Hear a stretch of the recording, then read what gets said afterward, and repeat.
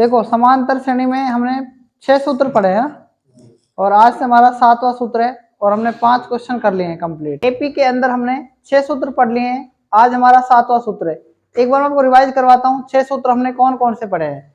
सबसे पहले हमने पढ़ा था, देखो पहला फॉर्मूला टी एन बराबर A plus N minus 1 into D, पहला फॉर्मूला। दूसरा फॉर्मूला हमने पढ़ा एस एन बराबर एन बटा 2 into 2a plus N minus 1 into D, ये दूसरा फॉर्मूला था। तीसरा फॉर्मूला पढ़ा हमने एन बराबर टी एन माइनस ए बटा में डी और प्लस में 1। चौथा फॉर्मूला हमने पढ़ा सम संख्याओं को ऐड कैसे करते हैं, सम संख्याएं कैसे ऐड होती हैं, सम संख्याओं का योग है ना,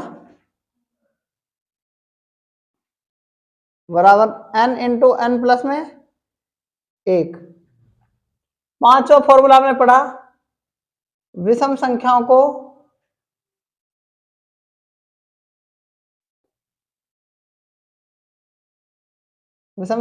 का योग, ये था एन स्क्वायर। और छठा फॉर्मूला हमने पढ़ा प्राकृत संख्याओं का योग,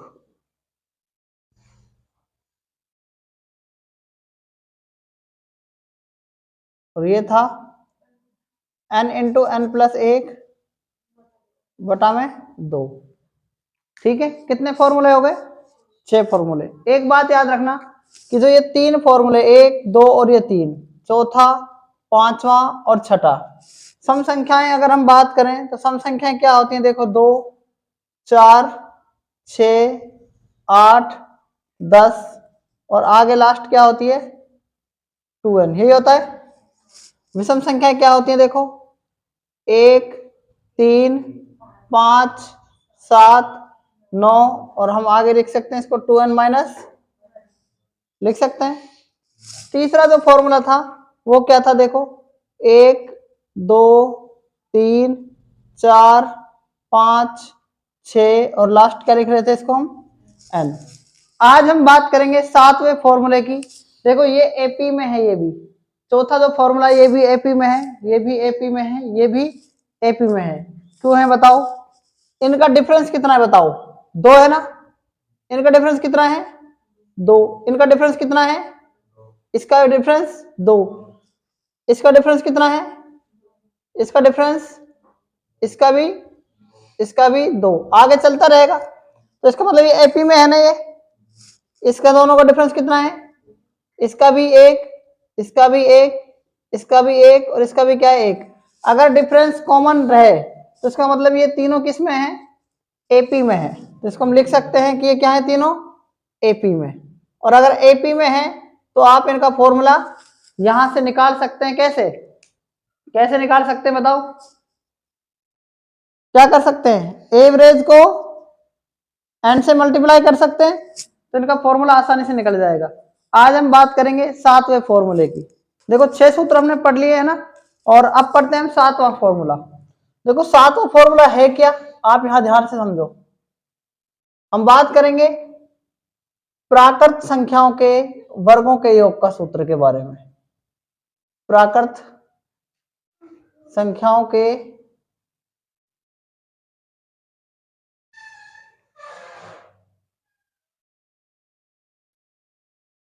वर्गों का योग का फॉर्मूला, वर्गों का योग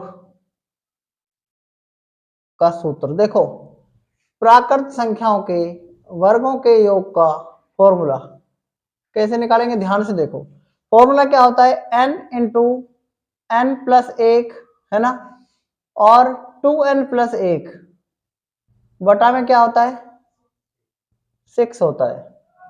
अगर आप इस फॉर्मूले की बात करें, अगर आप इस फॉर्मूले की बात करें तो मुझे ये बताओ ये फॉर्मूला आता कहां से है, और इस फॉर्मूले को निकालने के लिए, प्रूव करने के लिए हम क्यों करते हैं इसको प्रूव, क्योंकि ये प्राकृत संख्याओं के वर्गों की योग की अगर हम बात करें, ध्यान से देखना, मैं कह रहा हूं सबसे पहले 1, फिर क्या कह रहा हूं 2, फिर क्या कह रहा हूं 3, फिर क्या कह रहा हूं 4, फिर क्या कह रहा हूं 5, फिर क्या कह रहा हूं 6, फिर क्या कह रहा हूं 7।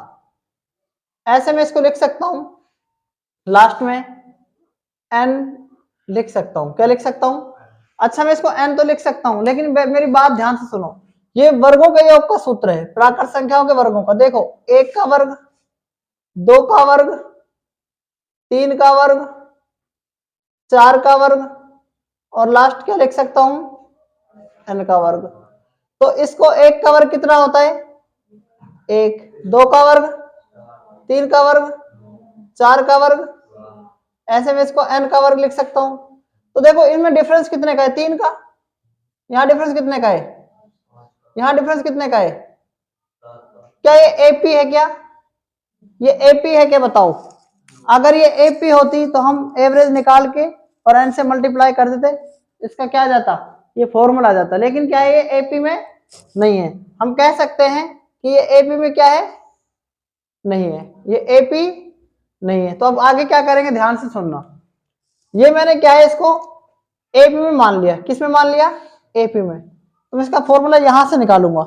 अगर मैं बात करूं 7 की, 7 6 से कितना कम है, तो n कितना कम हो जाएगा इससे, ये वाली पहली संख्या n माइनस 1 हो जाएगी ना। 5 7 से कितना कम है, तो 7 माइनस क्या हो जाएगा, तो यहां इसको इससे पहले वाली लिखेंगे तो n माइनस 2 लिख सकते हैं ना। नहीं बैठी बात समझ में, है ना।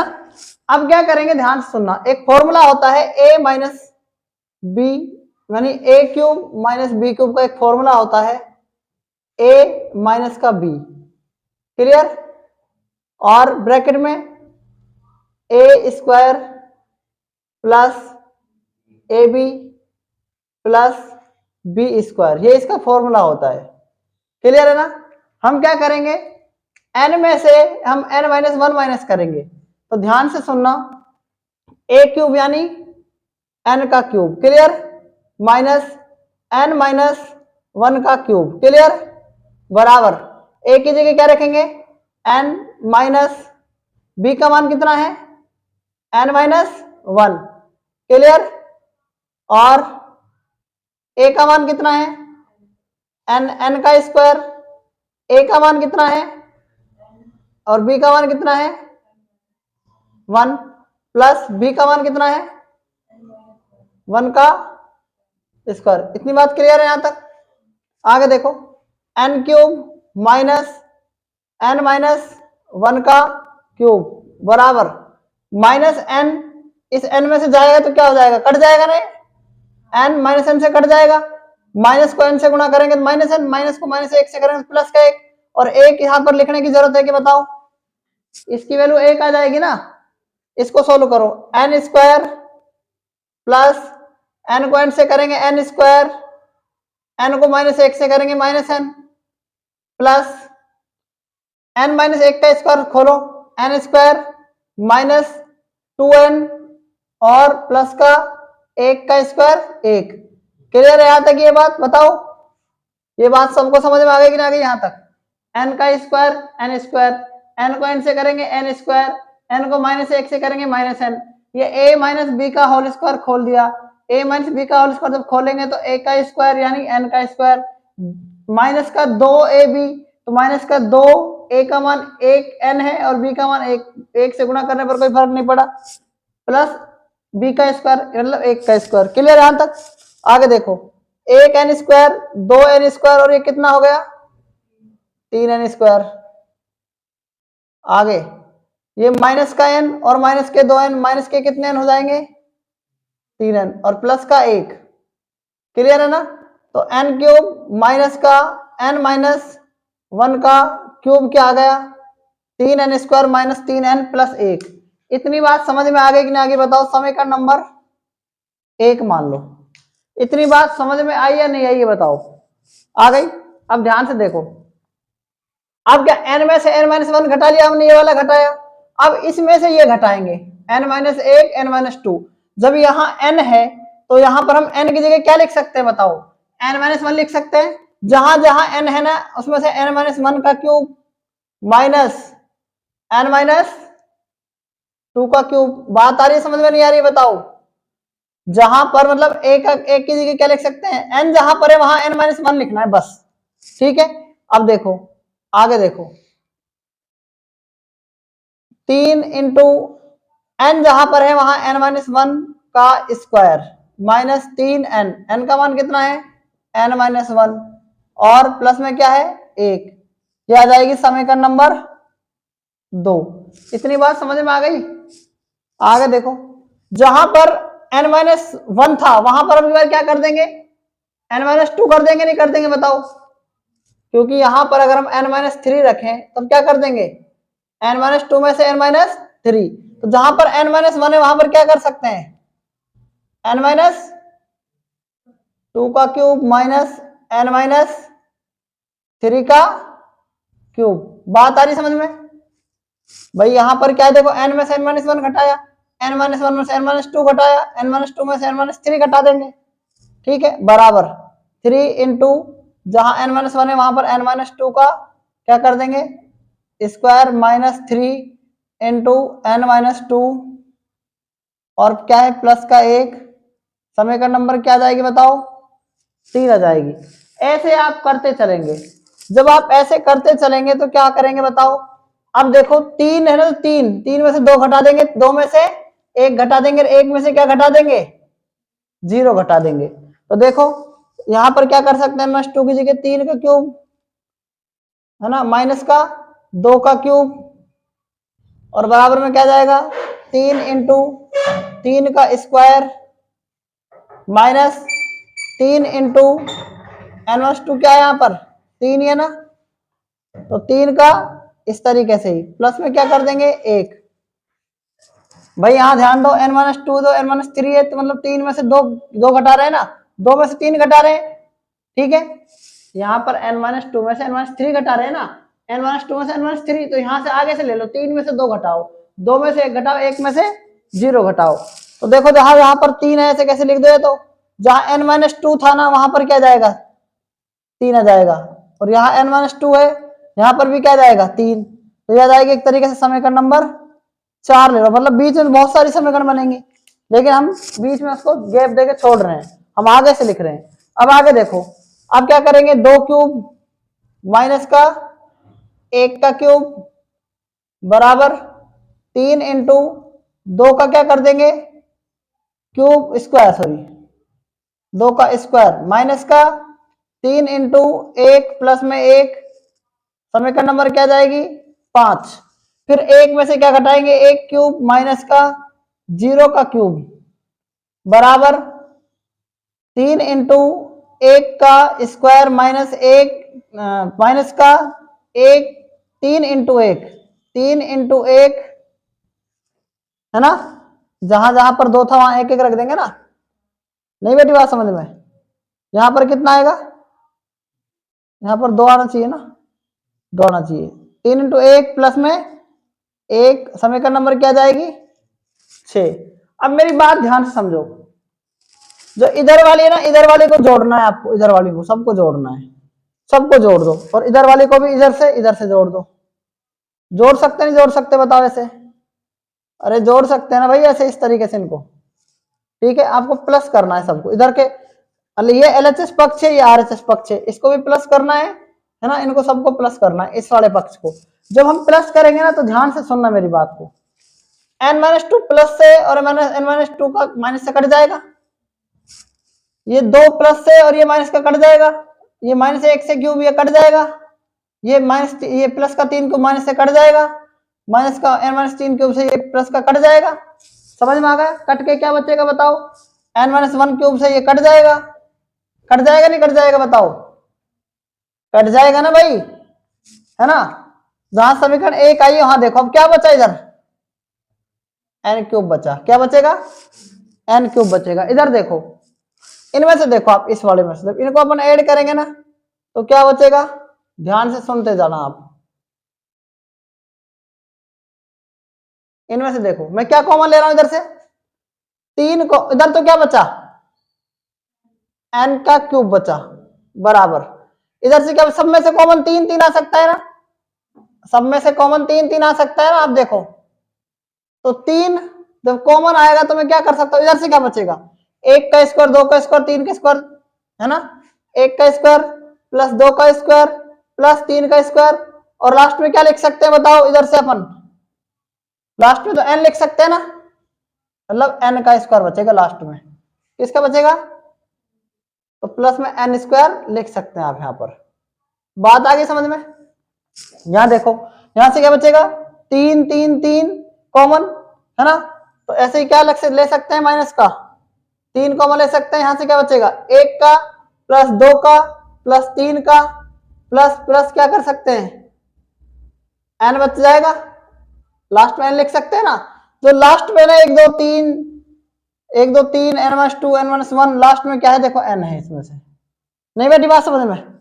और यहां देखो 1 1 1 1 1 लास्ट में क्या जोड़ सकते हैं अपन, बताओ, इधर 1 ही जोड़ सकते हैं ना, लेकिन लास्ट में क्या जाएगा इधर, बताओ, लास्ट में तो n ही आएगा ना, लास्ट में क्या लिख सकते हैं, प्लस में n लिख सकते हैं। इतनी बात बता दो, समझ में आ गई कि जाएगी आपको, ठीक है। अब आगे क्या करेंगे, ध्यान से देखो, n क्यूब बराबर 3 इंटू, इसको देखो ऐसे लिख दो, 1 square plus 2 square plus 3 square, last में क्या लिख सकते हैं, n का स्क्वायर, माइनस का देखो 3, आपने 1 से और n तक की संख्याओं को ऐड करना सीख रखा है, क्या आता है इसका, इसका आता है n आता है ना, 1 से n तक की संख्या को कैसे जोड़ते हैं, प्राकृत संख्या को जोड़ने का सूत्र n इंटू n प्लस 1 बटा में 2, यही से जोड़ते हैं ना, बताओ, और प्लस में n जुड़ी रहा है, यहां पर जोड़ दो।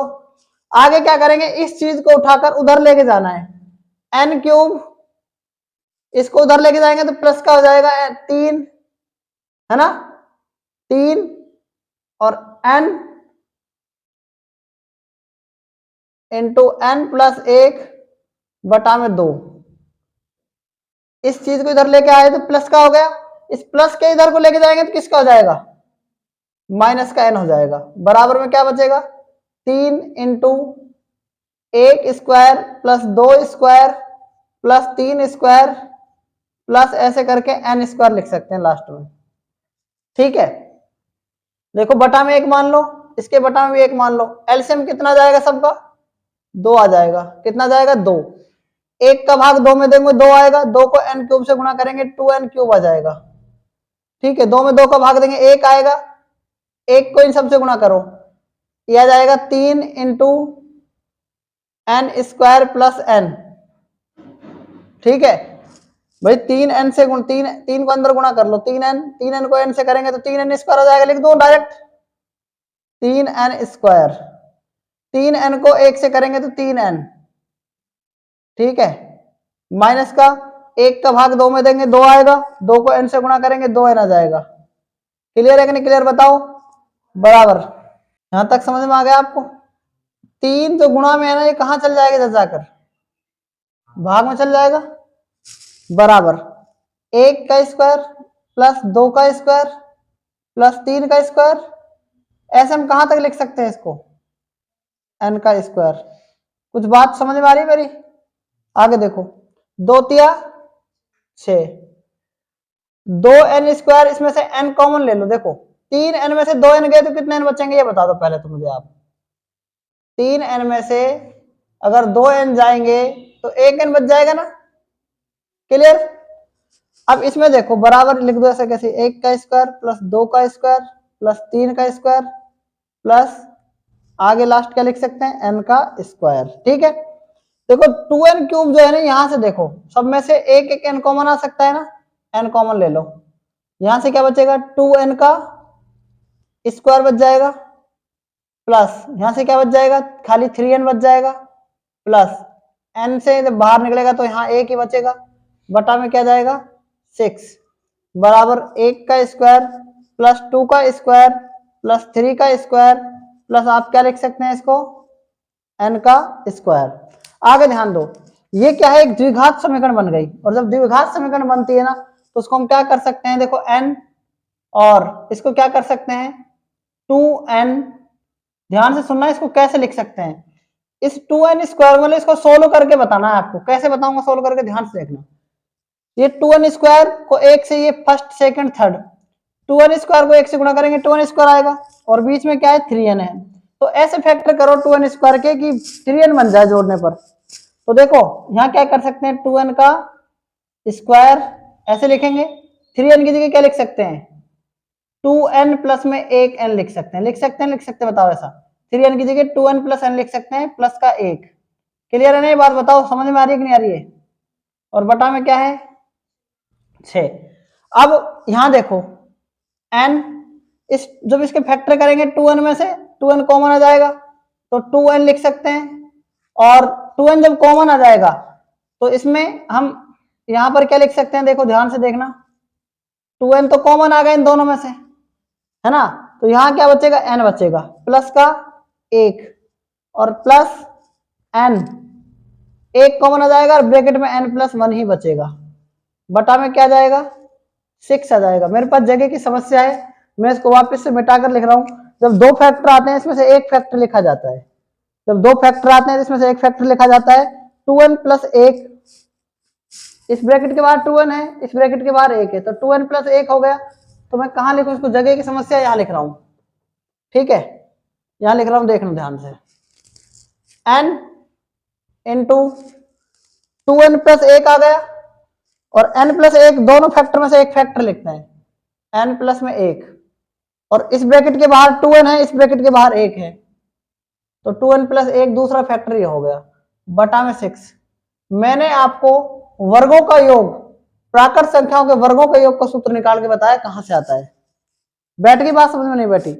देखो प्राकृत संख्याओं के वर्गों का योग, इसके सामने क्या था, यही था ना, एक का स्क्वायर, दो का स्क्वायर, तीन के स्क्वायर, वर्गों का योग तो है, लास्ट में लिख सकते हैं n का वर्ग, यानी हम कह सकते हैं कि ये सूत्र इसके बराबर आया।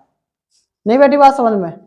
तो इस फॉर्मूले को आप याद रखना है, आपको वेरी वेरी इंपॉर्टेंट फॉर्मूला है, ठीक है। मैंने ये आपको इसलिए निकाल के बताया ताकि आपको ये फॉर्मूला याद रह सके। नहीं बैठी बात समझ में, तो इसको नोट कर लो आप। 8वां पॉइंट है ना, 8वां पॉइंट है प्राकृत संख्याओं के घनों का योग, प्राकृत संख्याओं के घनों का योग।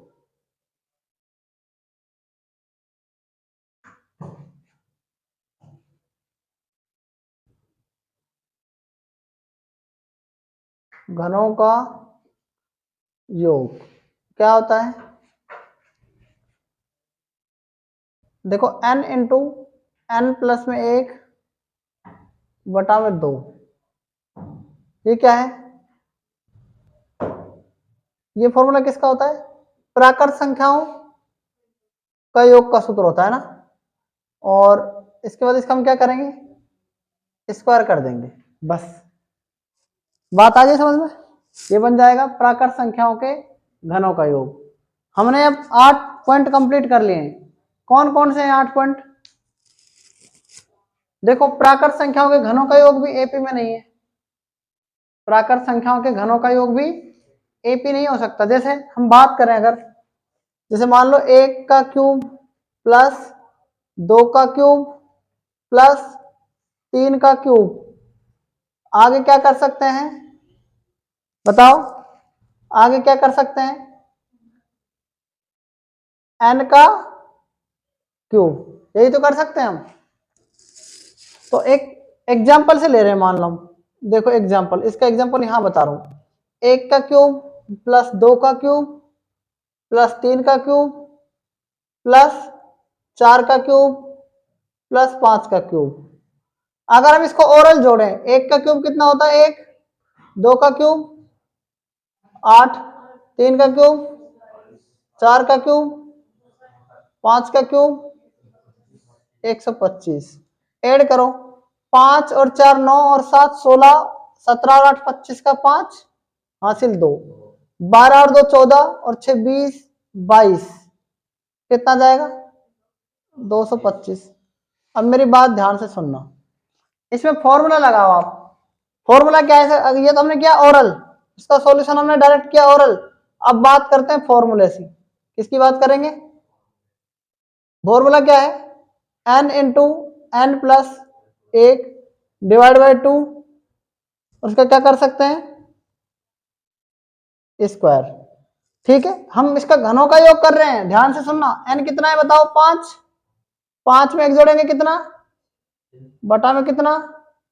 2। फिर से इसका क्या करना है? स्क्वायर। 2 से काटो, 2 तिया 5 तिया 15 का स्क्वायर क्या होता है? 225। तो फॉर्मूले का कंसेप्ट समझ में आया आपको? ठीक है, ऐसे आप मान लो 10 का क्यूब तक कर सकते हैं। 10 का क्यूब करेंगे तो क्या करेंगे? मान लो 1 का क्यूब से लेकर 2 का क्यूब, और हमको लास्ट में कहाँ तक करना है? 10 का क्यूब। ठीक है, क्या करेंगे? ये एग्जांपल देखो 2 मान सकते हो इसको आप। लास्ट क्या है? 10। 10 का क्यूब करना है हमको, तो 10 इंटू 11 और डिवाइड बाई क्या करेंगे? 2। क्या कर देंगे? काट दो, क्या जाएगा? 55 का स्क्वायर क्या होता है बताओ? 3025 जाएगा इसका आंसर। यही आ जाएगा नहीं जाएगा बताओ? यही आएगा क्या? आपको 10 इंटू क्या करना है? 10 में एक जोड़कर 11 बटा में 2, 2 5 10 11 5 55। इसका फिर क्या करना है? स्क्वायर करना है। यही आएगा क्या? यही आएगा। ठीक है, 3025 का क्या जाएगा? Right answer. बात आ गई समझ में? नहीं आई? ठीक है, तो यहां तक आप नोट कर सकते हैं।